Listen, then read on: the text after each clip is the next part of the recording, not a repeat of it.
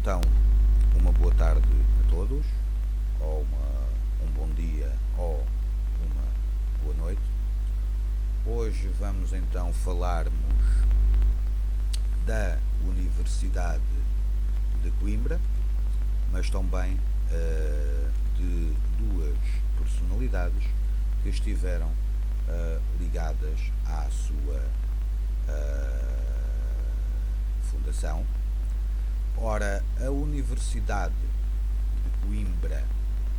foi fundada a 1 de março de 1290, no reinado de Dom Dinis.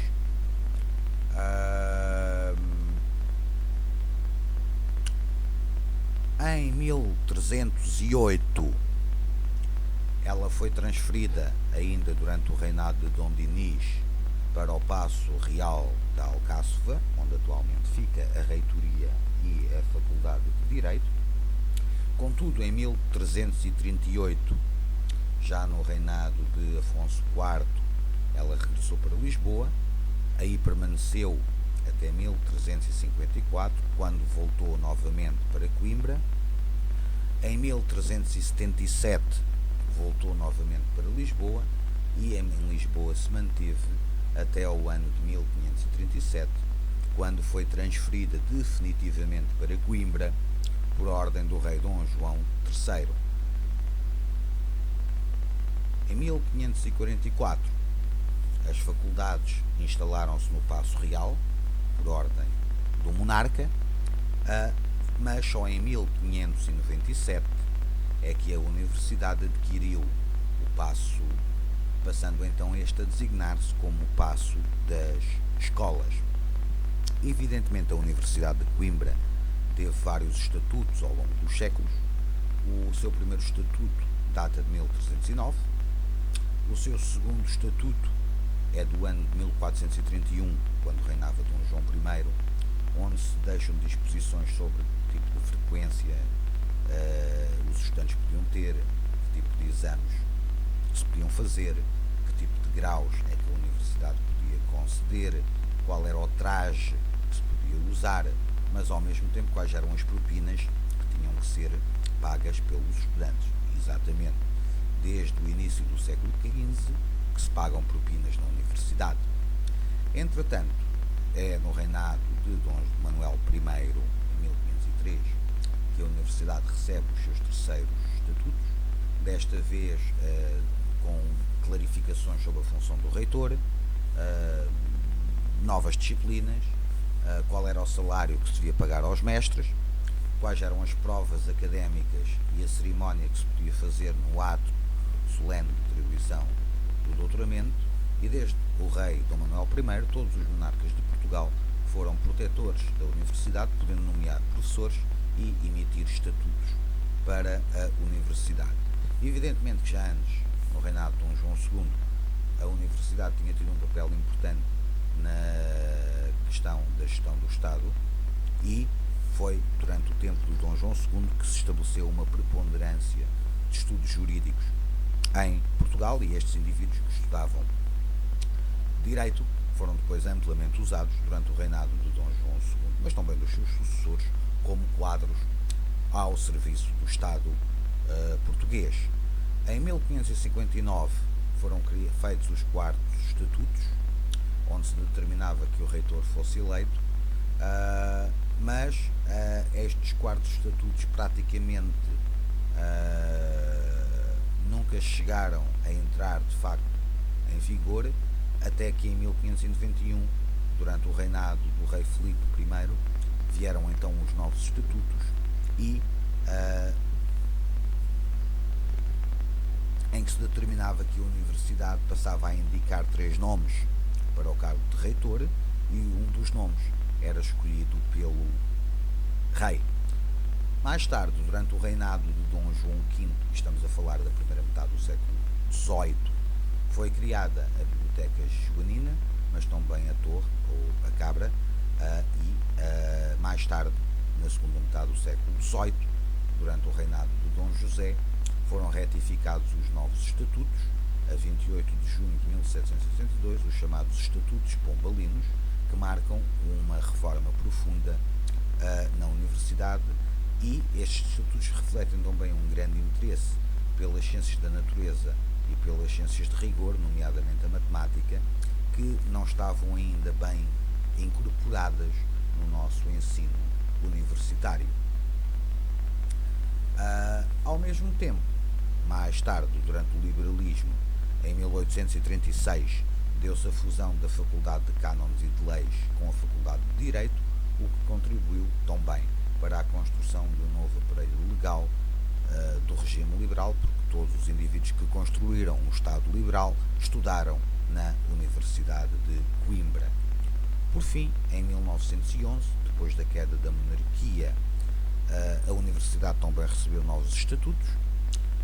passou a ter uma certa autonomia administrativa e financeira, e foi também criado um sistema de bolsas para fazer aumentar o número de alunos que podiam frequentar o ensino superior. Ao mesmo tempo, é também em 1911 que foi criada a Faculdade de Letras, que acaba por substituir a Faculdade de Teologia, que tinha sido extinta, e as faculdades de Matemática e de Filosofia, que existiam desde o tempo de Pombal, foram convertidas na Faculdade de Ciências. Entre 1942 a 1969, por decisão do Estado Novo, toda a alta da cidade foi demolida e foram construído aquele complexo monumental que hoje lá podemos ver, e que foram construídos nesta altura, porque o regime do Estado Novo entendia que os edifícios da universidade não estavam compatíveis com aquilo que era a perspectiva do regime acerca do ensino universitário. Por último, os últimos estatutos da universidade são de 1989 e são aqueles que atualmente estão em vigor. Evidentemente, hoje a Universidade de Coimbra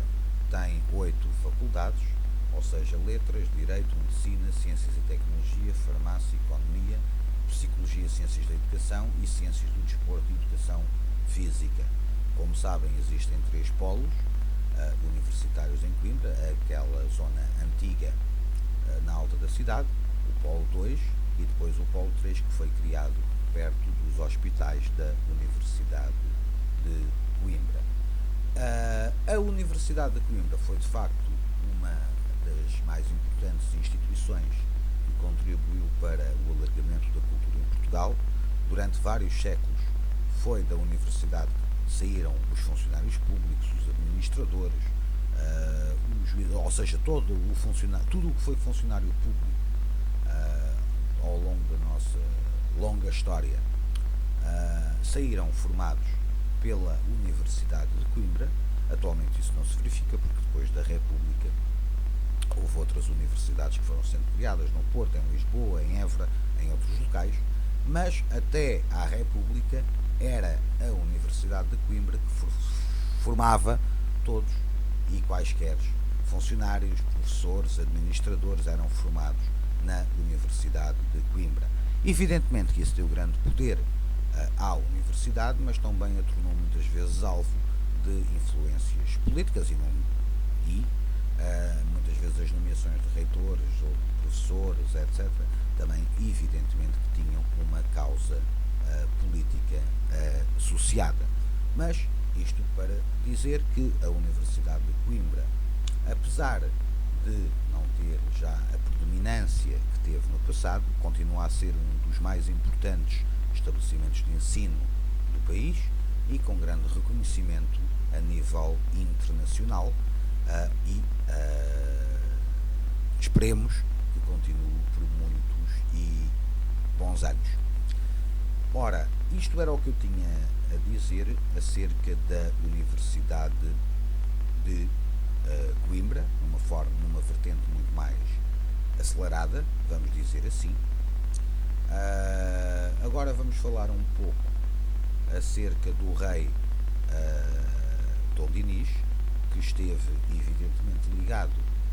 à fundação da Universidade de Coimbra, e também falaremos um pouco sobre a sua esposa, a Rainha Isabel de Aragão, ou Rainha Santa Isabel. Ora, o rei Dom Dinis, ele foi rei de Portugal e dos Algarves entre 1279 até à sua morte, a 7 de janeiro de 1325. Ele era o filho mais velho do rei Afonso III de Portugal, como já falámos aqui. Veio para Portugal em 1245 para substituir o irmão no governo do reino, embora o Afonso III, como tão bem vimos, só assumiu o título de rei depois da morte do Dom Sancho II em 1248. Toda a gente já ouviu falar de Dom Dinis, que era um homem que amava as artes, as letras. Ele próprio foi um trovador famoso. Ele escreveu cantigas de amigo, escreveu sátiras e contribuiu significativamente para o desenvolvimento daquilo que se chama a poesia trovadoresca medieval na Península Ibérica. Julga-se também que de facto ele terá sido o primeiro rei de Portugal que foi completamente alfabetizado, pois em vários documentos dele ele assina sempre com o seu nome completo. Os seus últimos anos de reinado, entre 1320 e 1324, são de facto marcados por um profundo conflito entre ele e o herdeiro, o futuro Afonso IV, porque Dom Dinis tinha um filho favorito, que era um indivíduo chamado Afonso Sanches, mas que não era filho legítimo do monarca, e Dom Dinis deu-lhe bastante poder na administração pública do reino, e isso levou a que Afonso IV se revoltasse contra o pai, e este conflito acabou por ser resolvido também graças à intervenção da rainha Santa Isabel, e depois, após a morte de Dom Dinis em 1325, de facto, o seu filho, Afonso IV, subiu ao trono como o novo monarca de Portugal. Ao mesmo tempo, em termos do casamento com Dona Isabel, o casamento com Dona Isabel foi feito em 1282, embora eles só se tenham casado oficialmente a 26 de junho de 1282, quando se realizaram de facto as bodas. Depois, durante toda a sua primeira parte do seu reinado, houve um conflito constante com Leão e Castela por causa das fronteiras do país, e devido a esse conflito foi assinado a 12 de setembro de 1297 o Tratado de Alcanises, que é o tratado que estabelece mais ou menos as fronteiras entre Portugal e atualmente Espanha, com exceção da cidade de Olivença, que foi conquistada pelos espanhóis no início do século XIX e que supostamente deveria ter sido devolvida a Portugal a partir de 1815, quando foi assinado o Tratado de Viena, na sequência da derrota de Napoleão, mas isso nunca se chegou a concretizar. Depois, em termos de política externa, Dom Dinis teve 3 ou 4 ações importantes em termos de política externa. A primeira foi esta questão do Tratado de Fronteiras com Castela e Leão. A segunda foi a proteção dos Cavaleiros Templários, porque, como sabem, em 1307 o rei Filipe IV de França, com o apoio do Papa Clemente V, conseguiu prender os Cavaleiros Templários, acusando-os de heresia, de desvio de dinheiro, de falta de fé, etc.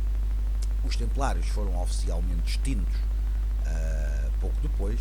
mas em Portugal, Dom Dinis, que não concordava com a decisão do rei Filipe de França, ele confiscou os bens do templo e não os entregou à Ordem do Hospital, como o Papa exigia.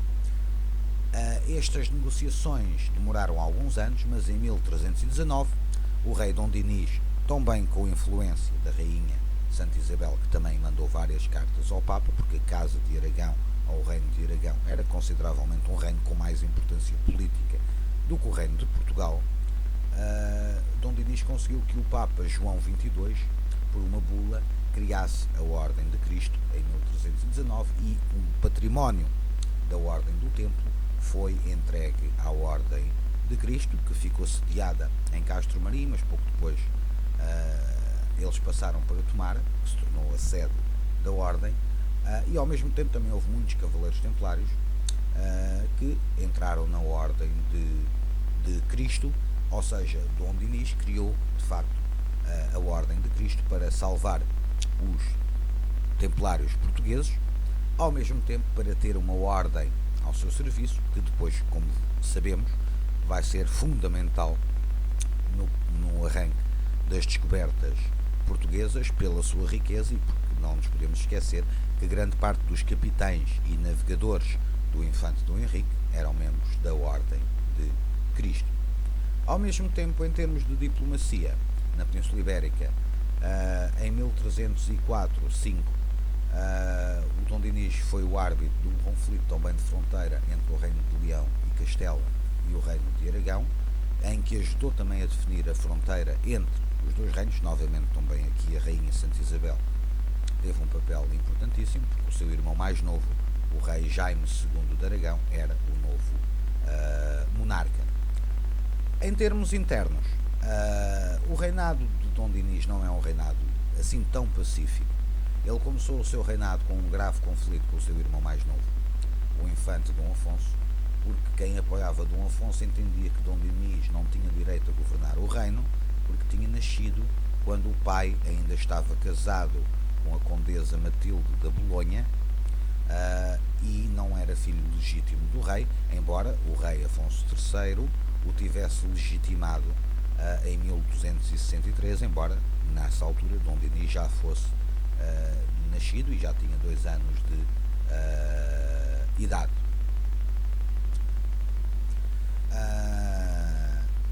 Entretanto, em 1281 houve este conflito com o irmão. Este conflito terminou com a entrega dos domínios do príncipe Dom Afonso à coroa, e ele acabou por ir para Sevilha, onde acabou por viver no exílio vários anos, até que conseguiu regressar a Portugal mais tarde, e vai morrer em Lisboa em 1312. Ao mesmo tempo, o reinado de Dom Dinis também assiste a vários confrontos com a aristocracia portuguesa, e é por causa desses confrontos com a aristocracia portuguesa, e ainda um pouco como legado do reinado de Dom Sancho II, em que a aristocracia portuguesa se tinha fortificado consideravelmente, em 1284 o Dom Dinis, tal e qual como o seu pai fizera, vai ordenar uma inquirição geral no reino para apurar que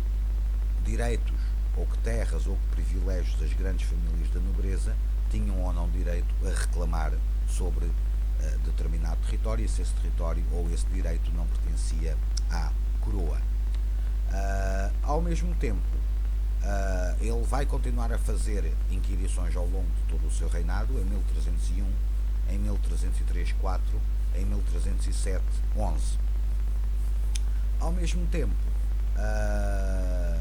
também houve novas reformas que foram feitas nos castelos portugueses, e houve vários castelos que foram reconstruídos ou que foram readaptados à nova realidade da guerra, com influências que vinham do Oriente e da guerra contra os muçulmanos. E ao mesmo tempo, como já falámos aqui, em 1290 ele funda o Estudo Geral, também com o apoio da Rainha Santa Isabel, que também contribuiu para isso, e é também nesse ano que Dom Dinis declarou o galaico-português como a língua oficial do Reino de Portugal, substituindo o latim como língua oficial. Depois, esta primeiro estudo geral era composta pelas instituições ou pelas faculdades de artes, de direito civil, de direito canónico e de medicina. E, como também já falámos aqui, em 1308, Dom Dinis depois transfere o Estudo Geral de Lisboa para Coimbra, e a partir de 1308-9 o Estudo Geral passa a ser designado por Universidade de Coimbra. Ele também terá, durante a sua vida, contribuído para a tradução de obras importantes da literatura e da poesia ibérica do seu avô, Afonso X o Sábio, e a corte de Dom Dinis foi, de facto, enquanto ele foi vivo, um dos principais centros literários da Península ibérica. Ao mesmo tempo, ele também fez uma grande reforma nos campos, criou vários concelhos, criando novos concelhos, e ao mesmo tempo também é famoso por ter mandado construir ou semear o Pinhal de Leiria, de forma a poder construir posteriormente uma frota de guerra. Em termos de relações comerciais, durante o reinado de Dom Dinis estabeleceram-se relações comerciais com a Catalunha, com a Bretanha francesa, com a Flandres, com a Inglaterra, e em 1308 foi assinado o primeiro tratado de comércio com o rei Eduardo II de Inglaterra. E ao mesmo tempo também é sob a ordem de Dom Dinis que se vão começar a explorar em Portugal minas de cobre, de prata, de estanho e de ferro. Em termos de comércio interno, ele vai se focar fundamentalmente entre Douro e Minho, nas Beiras e no Alentejo, onde ele vai criar várias feiras, de forma a estimular a vida económica dessas regiões. Vai também criar novos concelhos, também como uma forma de enfraquecer o poder da nobreza ou do clero. E, como já falámos aqui, nos seus últimos anos vamos ter o tal conflito entre o príncipe Dom Afonso e o pai, por causa da questão de Afonso Sanches, e este conflito acaba por ser resolvido em 1324, quando se estabelece uma paz definitiva entre o Dom Dinis e o príncipe Dom Afonso, e depois, como já vimos, o Dom Dinis morre em 1325 e é sucedido no trono pelo seu filho e herdeiro Afonso IV de Portugal. Também o Dom Dinis é um monarca que teve vários filhos legítimos, inicialmente, depois ele legitima, e filhos legítimos ele só teve dois, ou seja, a rainha Constança de Portugal, que nasceu em 1290 e morreu em 1313 de doença, e que se casou com o rei Fernando IV de Castela, com quem foi negociado o Tratado de Alcanises, e o futuro Afonso IV de Portugal, que nasce em 1291 e morre em 1357. Agora, em relação à rainha Isabel de Aragão, a rainha Isabel de Aragão, como sabem, era uma princesa da Casa Real de Aragão. Ela terá nascido em janeiro de 1271, não se sabe se em Barcelona ou se em Saragossa, mas sabemos que ela morreu de facto a 4 de julho de 1336 na cidade portuguesa de Estremoz. Ela era filha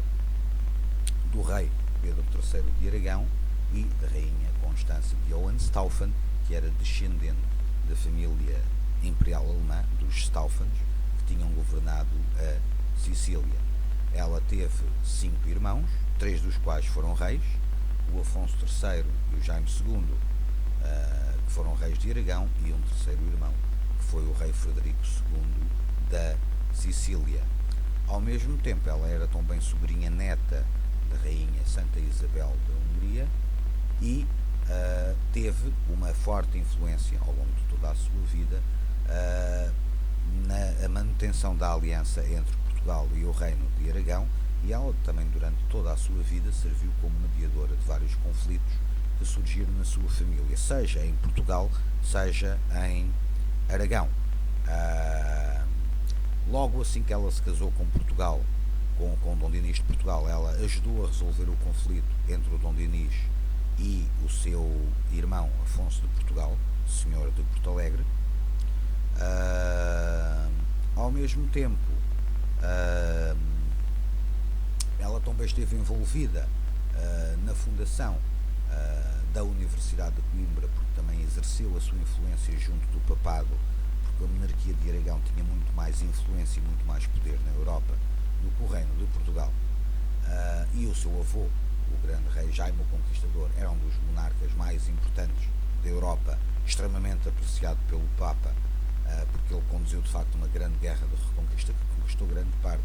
dos territórios do leste da Península Ibérica aos muçulmanos. E ao mesmo tempo, depois da morte do marido em 1325, ela terá ido a Santiago de Compostela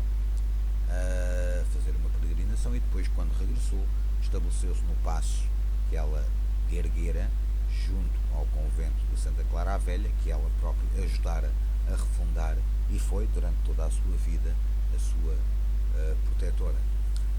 Depois, quando ela morre em 1336, ela morreu precisamente novamente na tal vertente de resolver um conflito que opunha o rei Afonso IV, seu filho, ao seu neto, o rei de Leão e Castela. Por isso, ela foi rainha de Portugal entre 1282 e 1325 e foi uma das mulheres mais importantes, juntamente com o seu marido, o rei Dom Dinis. Este casal foi garantidamente o casal mais importante, provavelmente em termos culturais, de influência política, que Portugal teve a oportunidade de ter como parelha governante.